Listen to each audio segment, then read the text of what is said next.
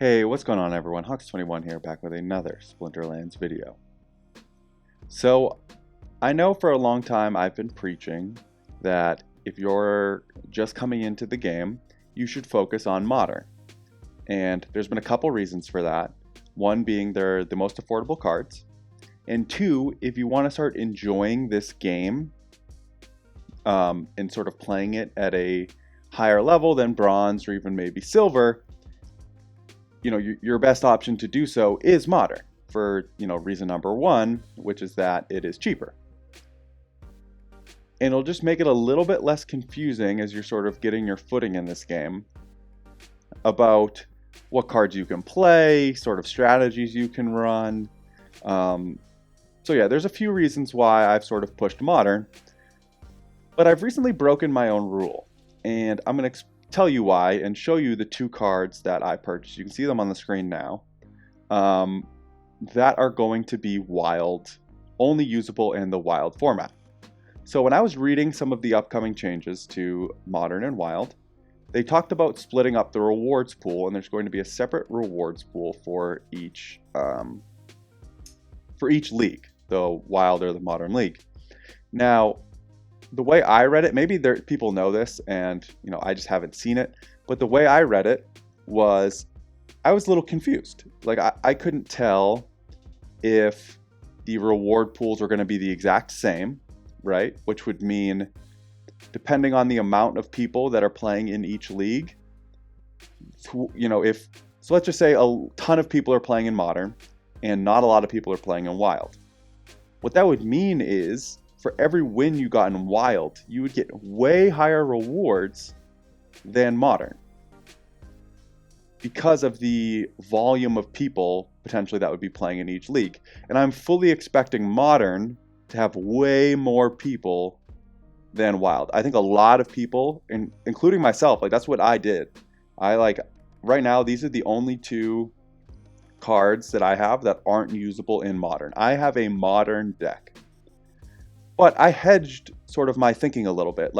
Originally I was thinking I'm going to want to compete in the leaderboards for gold once the flip happens, right? I'm going to have all the Modern cards, except for Llama and Jotun are the two main ones that I'm missing. And then some of the cards that play off that, right? I don't have all of the Fire Archers because I don't have Jotun. If I ever get a Jotun, I will sort of pick up some of those Fire Archers, and if I'm really making a play for the top of gold in Modern, then I can rent Jotun and rent those archers, right? Because it'll be worth it if I'm talking about winning, tens of thousands worth of DEC.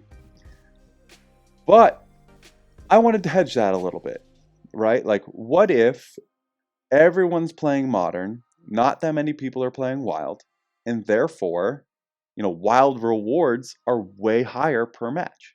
I don't know if that's true. I think there's a lack of clarity right now. We're going to find out sort of as we get closer how exactly it's going to work. But I wanted to prepare for that a little bit and pick up two cards that I think, fit in specifically with some of the Modern cards I have and would play certain would play very specific roles in my deck to enhance it if I were to go to the Wild format. And that's these two cards right here. It's the Sea Monster in blue. I got it to a level 7. And the Gelatinous Cube, which, is an amazing card. I'm going to show you two battles, one just using the cube, and then another using actually both of them in the same battle. And this will just give me some flexibility. They're pretty cheap relative to the other Modern cards. That's why I picked them up. They're way better Modern cards. I'm not saying these are the best. Two things. They're affordable relative to other Modern cards, other Wild cards. And I think would play a very specific role in my deck. They both have heal, which is really powerful, and there's so many things you can do with heal. With the Thorns, he's a great sneak protector with the heal. I'm going to show you some of the synergies that blue already has that sort of makes the Sea Monster even better. And the Gelatinous Cube is a Gelatinous Cube, right? It's the Scavenge with the heal is amazing for poison, which I'm going to show you a poison battle with the cube and Kitty, and why I think that's going to work really, really well. But yeah. So breaking my own rule, I still think new players should focus on Modern. It's the way you're going to level up the fastest and start playing this game at a higher and higher level. which to me makes the game much more enjoyable. So yeah, let's just get into these two battles and I can sort of show you what I mean. This first one's kind of a generic cube battle, but I'm excited about cube for how it synergizes with kitty, specifically in the poison rule sets. Like, I'm going to get a double heal here. So what you're going to see is he's going to get through my first two monsters pretty quickly, but then he just can't get through the double heal of the cube. I think the cube's going to be at like 21 health at that point. So each heal is going to be for 7. So it heals itself, and then the kitty heals it. So it's going to heal for 14 every single turn. So even with the poison, and they're going to have a bunch of damage remaining once they get through these, I can just wait them out, and the poison eventually completely wipes out their back line. And you know, behind the cube, what my thinking is, it's going to take a while for them to get through the cube. That's going to eliminate most of their damage, right? You know, maybe they have a healer or something that can sustain itself. But once the cube eventually dies, you know, I have the immunity Forgotten One right behind it, who's going to have the heal of the kitty, not taking any poison damage, then as well as the Alamo. So this was supposed to sort of be just like a stopgap to buy me some time. But in reality, it won me the match because it sat there and they couldn't get through it, and their whole back line just kept taking poison damage.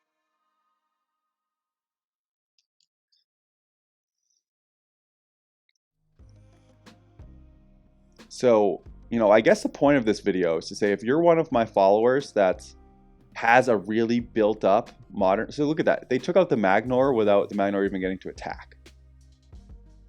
So they're very, very healthy right now, right? You know, and they have the Gorglodon with the Enrage, which I would eventually love to get this to level 5. I just haven't yet. When it picks up the Enrage, it's so great for poison because it has such a high... I mean, they have an insane amount of speed boost. They have 4, which is why he's up at 8 speed, which is insane. But normally, he's going to have 5 attack, 1 speed, 12. Then he's going to get up to 8 attack on a... after he gets poisoned in Enrage. So I love him in poison. But you'll see here, right? I think this turn they get through my Carnage Titan. Yep. Cube moves to the front. You know, they do some damage to it, but it's just too much. And they're going to lose a ton of their backline right here. It's funny, all of their speed gets wiped out. So you'll see the Gorglodon go from 8 speed to like, I think 2 or something.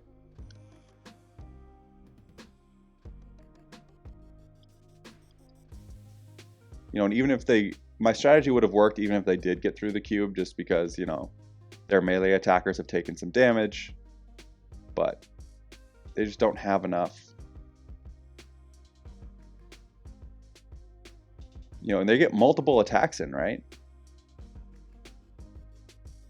They're hitting for 12, but my cube can heal for 14. So they're actually moving in the wrong direction. Oh, sorry, right now it can heal for 12. So it's completely healing up all of their attacks. And then they just slowly die of poison.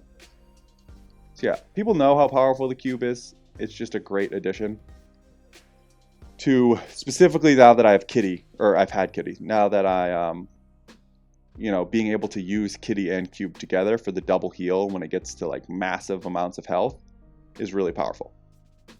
Then we have this one that uses both of them. But yeah, what I was saying was I guess this video is more geared towards, you know, my watchers who have a fully built out modern deck and don't, you know, have some capital. They don't really know what to do with it. You're waiting for the new legendary monsters. DEC's tanked a little bit. You know, maybe now's a good time to buy DEC if you haven't been holding it in DEC. You know, maybe you have a ton of SPS and you're like thinking about cards or whatever.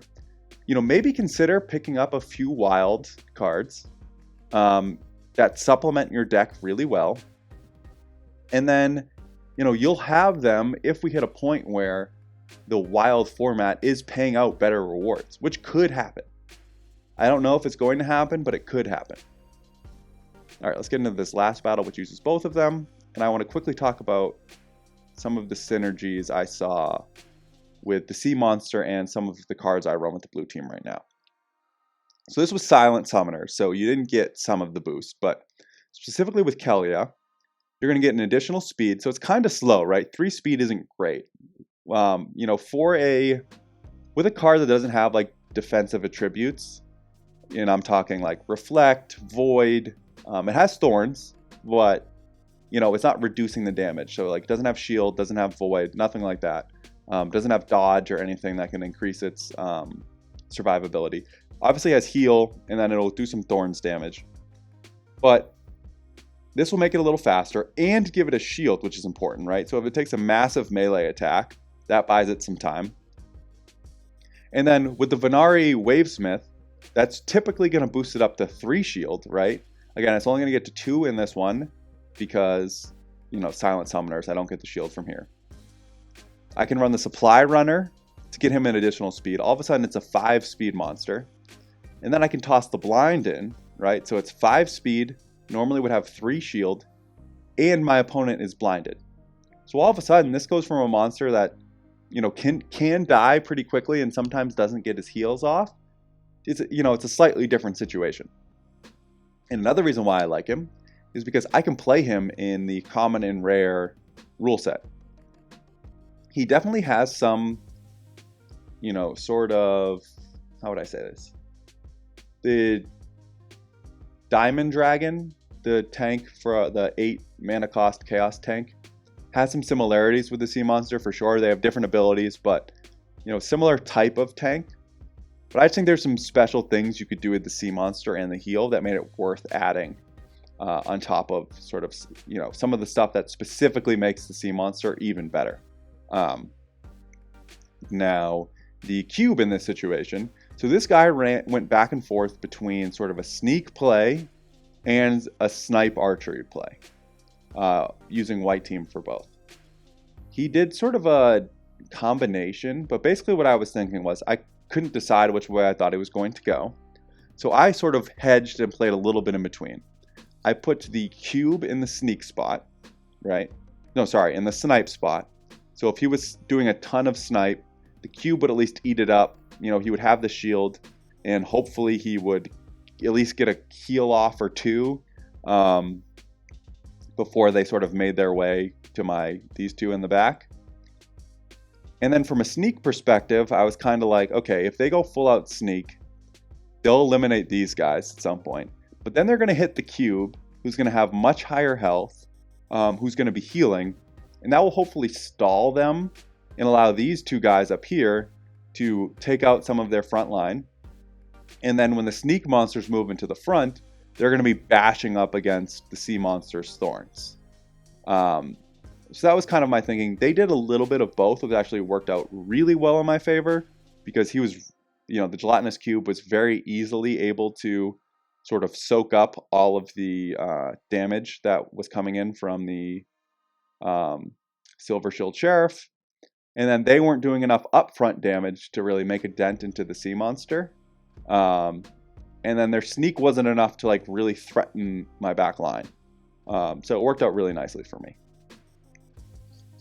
But yeah, it was a combination of these 2. I struggled a little bit to get through the, I always forget this guy's name, I don't have him. The shield bearer, right? Yeah. The shield bearer in the back, even though he, you know, it was only a level 1. Still just the shield and stuff made it a little tricky. But yeah, they even poisoned the back line right away. I didn't hit a poison. But you'll see they're not really able to make much progress anywhere. Like, they take out my back line, but it's just too slow. The blind certainly helps too. And then once the Silver Shield Assassin moves into the front, you can sort of just see he's going to hit his head against thorns over and over and over again. We actually might take him out before he attacks. Yeah, he didn't even get to attack because of the sea monster.